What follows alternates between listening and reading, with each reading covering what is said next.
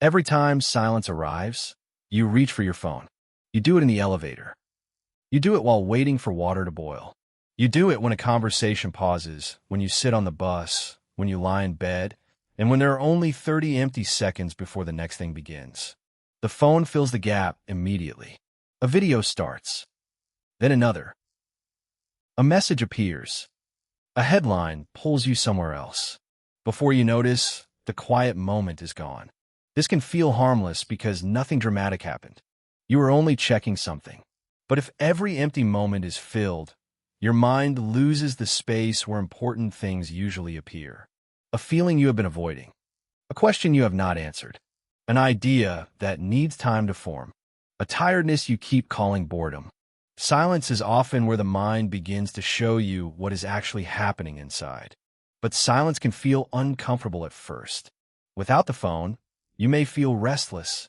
You may reach toward your pocket before you even decide to. You may open the same apps without knowing why. That is not because you are weak. Your mind has learned that the phone is the fastest way to escape a quiet second. It offers novelty without effort. A new face. A new opinion. A new problem. A new reason to keep scrolling. The feed never tells you, you have seen enough. It simply gives you one more thing. And one more thing can become 40 minutes. The strange part is that scrolling often feels like rest while it's happening. Your body is still.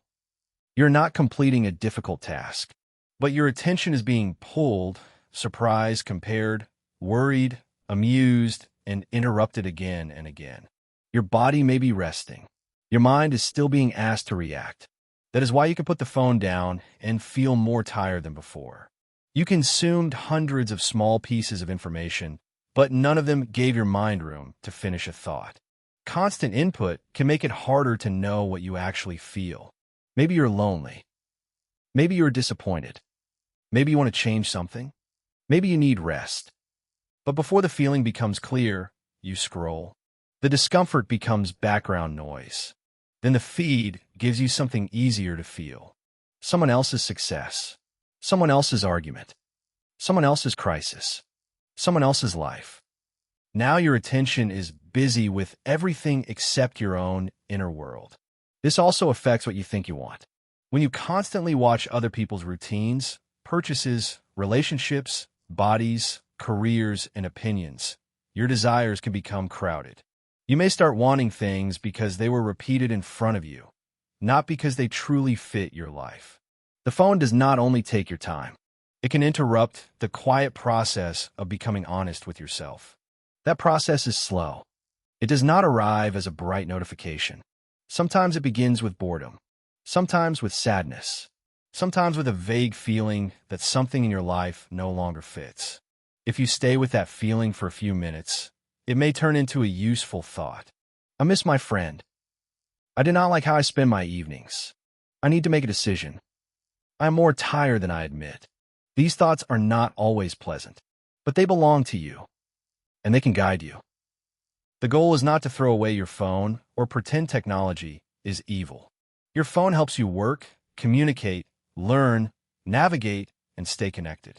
The problem begins when it becomes your automatic answer to every pause. You can start by noticing the reach. The next time your hand moves toward the phone, pause for 5 seconds. Ask, what was I about to avoid? Sometimes the answer will be nothing. You are simply following a habit. That awareness still matters. Then choose a few small moments that stay phone-free. Drink water without scrolling. Stand in a line without opening an app. Walk for 5 minutes without audio. Sit on the edge of your bed before sleep and let the room be quiet. At first, these moments may feel longer than they are. Your mind may search for stimulation. You may feel bored, impatient, or strangely exposed. Stay a little longer. Boredom is not always a problem that needs to be removed. Sometimes it is the doorway your mind walks through before it reaches reflection. After a while, the noise begins to settle. You notice your breathing. You notice the room. You notice the thought that has been waiting underneath everything else. You do not have to solve it immediately.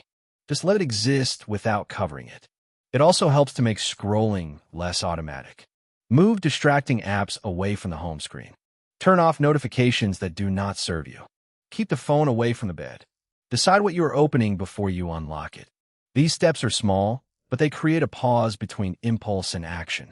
Inside that pause, choice can return. Maybe you still choose to scroll, but now you are choosing, not disappearing. Protect one quiet part of your day. 10 minutes in the morning. A short walk after work. The first few minutes after you come home. The final moments before sleep. Do not demand that the silence feel peaceful immediately. Let it feel awkward. Let it reveal restlessness.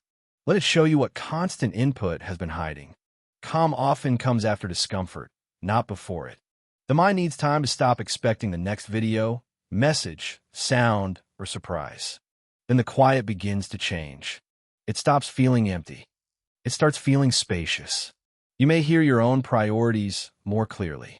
You may notice what needs attention and what is not. You may remember an idea. You may understand a feeling. You may simply rest without being entertained. That is not wasted time. That is part of being a person instead of a screen that must always display something. So the next time silence arrives, notice the urge to fill it. You do not have to obey immediately. Put the phone down. Stay with the empty moment. Let the discomfort pass through, and give your mind enough quiet to remember what it was trying to tell you.